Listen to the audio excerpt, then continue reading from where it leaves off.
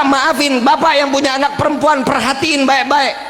Kalau dia lebih banyak di dalam kamar, periksa handphonenya. Ada saya punya tetangga perempuan, anak satu-satunya perempuan. La ilaha illallah, sampai jadi dokter pak, hidup nggak pernah keluar rumah kecuali kuliah. No, begitu kawin bunting duluan. Lah saya tanya, ini kok bisa? Kapan? Saat orang tuanya kerja, lakinya dipanggil ke dalam rumah. Pak, saya nggak suudzon, tapi bapak tanggung jawab dunia akhirat. Seorang laki-laki, seorang ayah dipanggil oleh Allah untuk memberikan teguran, memberikan peringatan, memberikan arahan kepada putri dan putranya sebanyak 6 kali pak. Kita dipanggil sama Allah untuk ngedidik anak-anak kita. Bapak enak sholat di masjid, ibu enak majlis taklim, anak buka jilbab, 4 laki-laki akan masuk ke dalam neraka karena perbuatan anak tersebut. Ini buat yang perempuan, yang laki lu mau botak seserah lu. Ini buat yang perempuan. Satu pak, yang perempuan bukan hanya anak perempuan, istri juga pak. Ini yang namanya perempuan, yang namanya istri, tolong nih hari ibu semua pada rapet banget jilbabnya. Besok nyapu teras rumah pakai kerudungan PA. Pakai kerudungannya. Bib, gerah. Emang begitu caranya. Mau gerah, mau panasnya di dunia apa panas di akhirat? Kalau mau panasnya di dunia, keringat ibu juga saat dia ngejaga satu kehormatan, pahala gede, sorga jaminannya adem ntar di akhirat. Udah tahu sorga udah? Sama gue juga. Ada satu kisah Syekh Abdul Qadir Al-Jailani. Ada satu anak muda yang hidupnya dari kecil miskin, gak punya apa-apa, ibadah. Ada orang yang hidupnya dari kecil sampai mati kaya raya, senang hidupnya.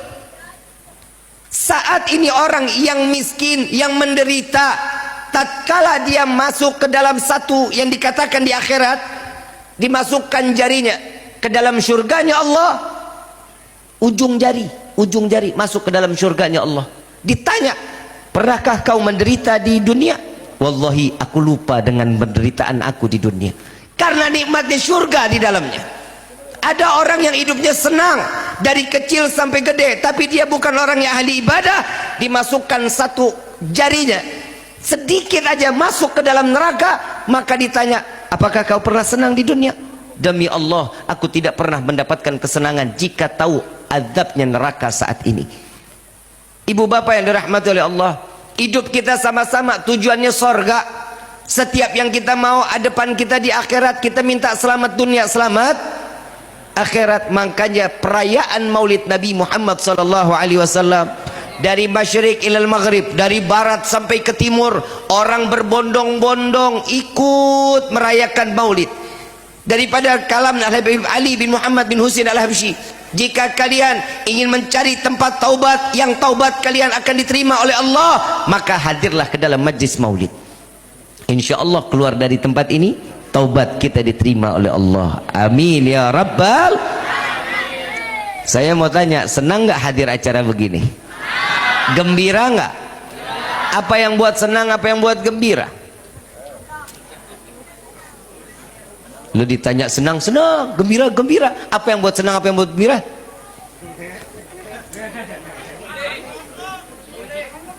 Yang pertama, insya Allah selesai acara kebuli, Bib. Yang kedua, ya ada berkatnya sih, Bib. Saya mau tanya, kalau datangnya kita gembira, kita senang, yang di rumah kita ingat apa lupa? Utang-utang? Karena karena kalau sesuatunya senang dan gembira itu terjadi karena Allah dan Rasul, nggak kebayang kita pahalanya kayak apa Allah kasih buat kita. Hadir ke sini saya husnudzon.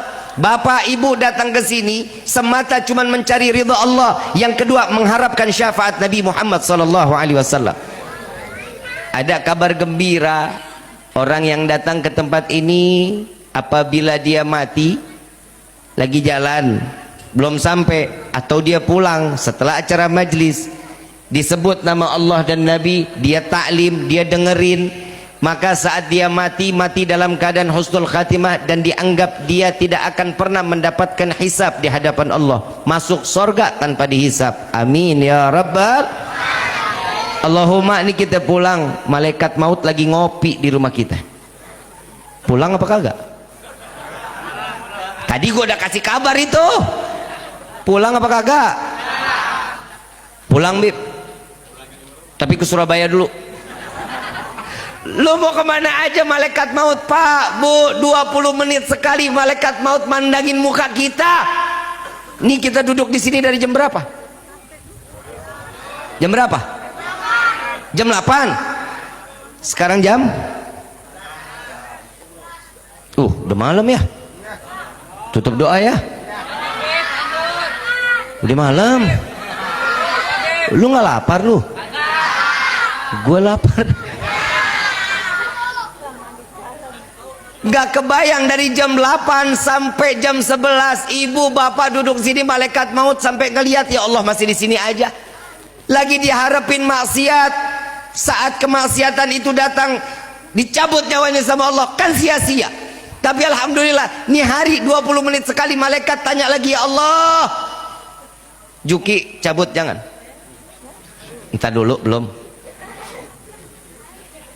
Ya Allah,